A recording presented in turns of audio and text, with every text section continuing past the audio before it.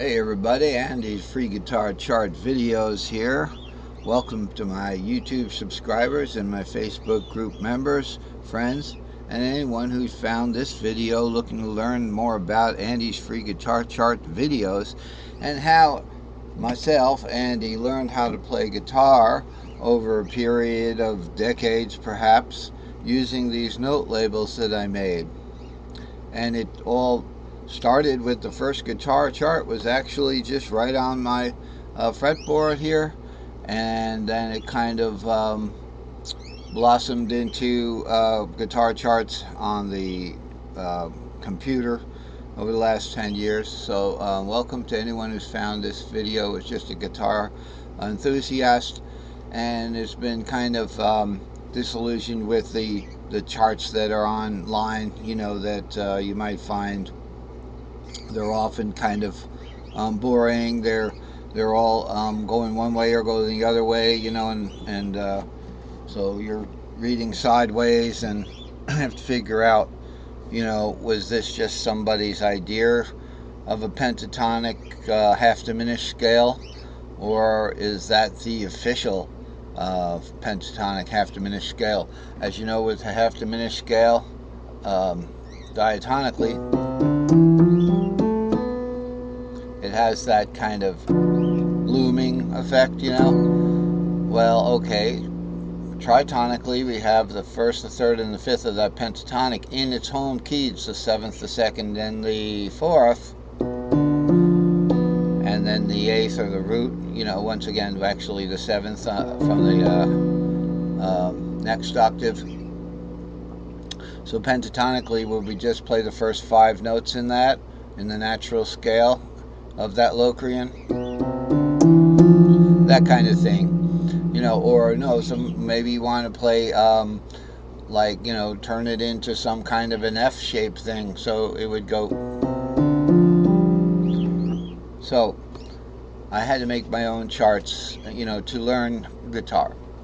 And we're lucky today we have 2 great charts that have come through the ages. You all know what I've been talking about if you watched yesterday's lesson, and the reason why I'm making this is because I really worked on the charts. And one thing that I enjoy working on is when I already have something to work with and I'm just improving a chart without doing it again from scratch.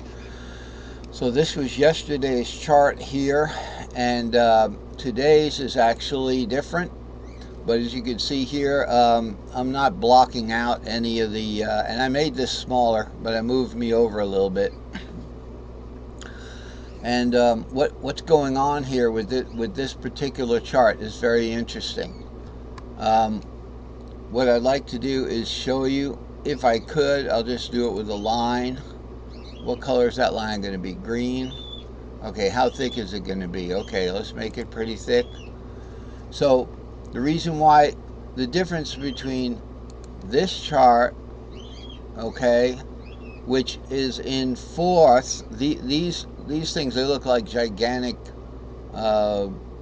baseball cards or something like that, and underneath we have kind of smaller ones that go along with it, so they're color coded like that. Alright, and I decided, well, what's going on with this is a big, like 32, 38 fretboard drawing here. Okay, so that fretboard would be like right here.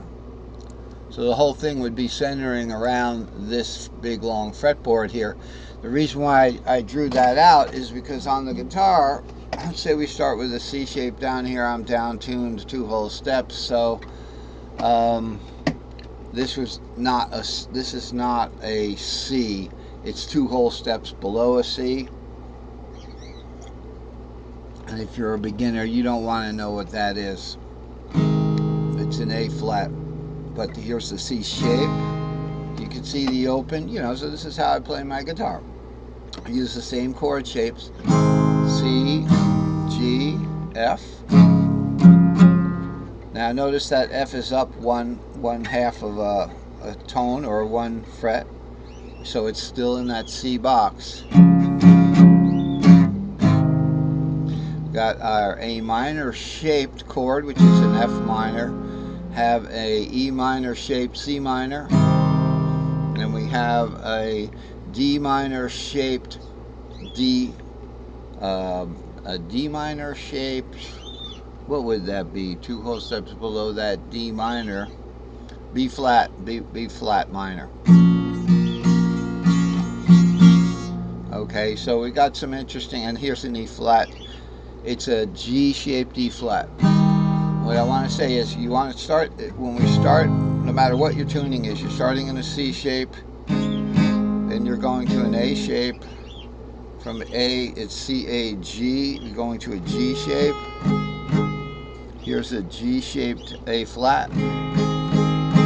See how it's applicable to any key? And then, you know, that's A flat.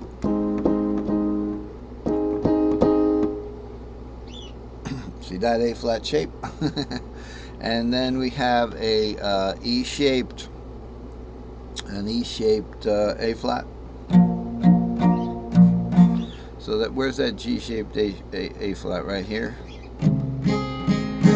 Then a E-shaped, and then last but not least, the D-shaped A flat.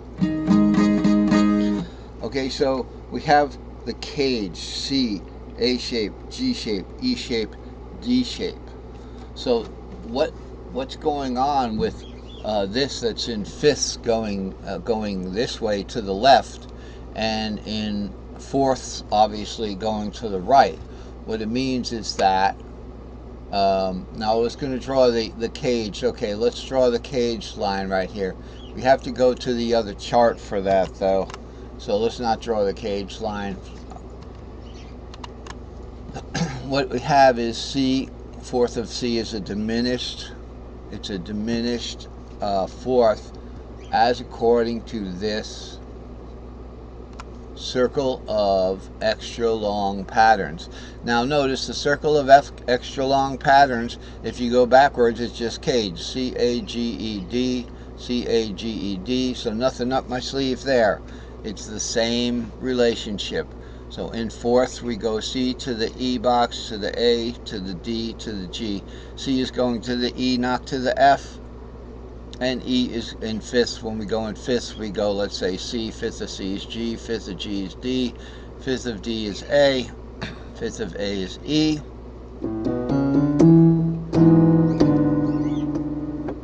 But now, to stay in the circle and we don't go off into space, the fifth of E goes back to C. It's an augmented fifth. So that's how that works. And so here's your, in fourths we're going to the right, fifths we're going to the left. And what are we going there with? Let's just look at, and let's skip the C shape for now, because the interesting thing about the C shape is, and I'll play the C shape from the C here. Okay, the C shape, you can play it right off of the fret nut. You can play the whole diatonic scale.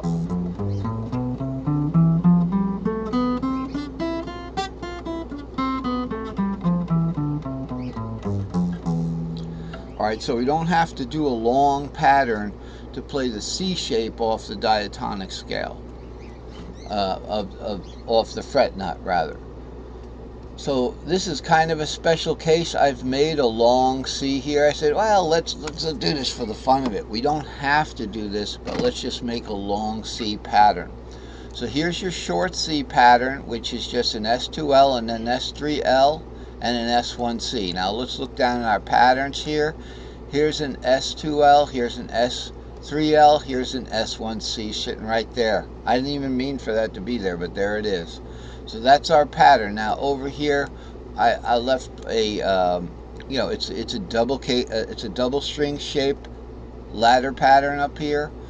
So to play our C, we'd simply start at a 3 here, and we have 3, 4, 5, 6, 7 root, and that is an S2L right there, 3, 4, 5, 6, 7 root, and then we'd have 2, 3, 4, 5, 6, 7 root 2. So we're going up a little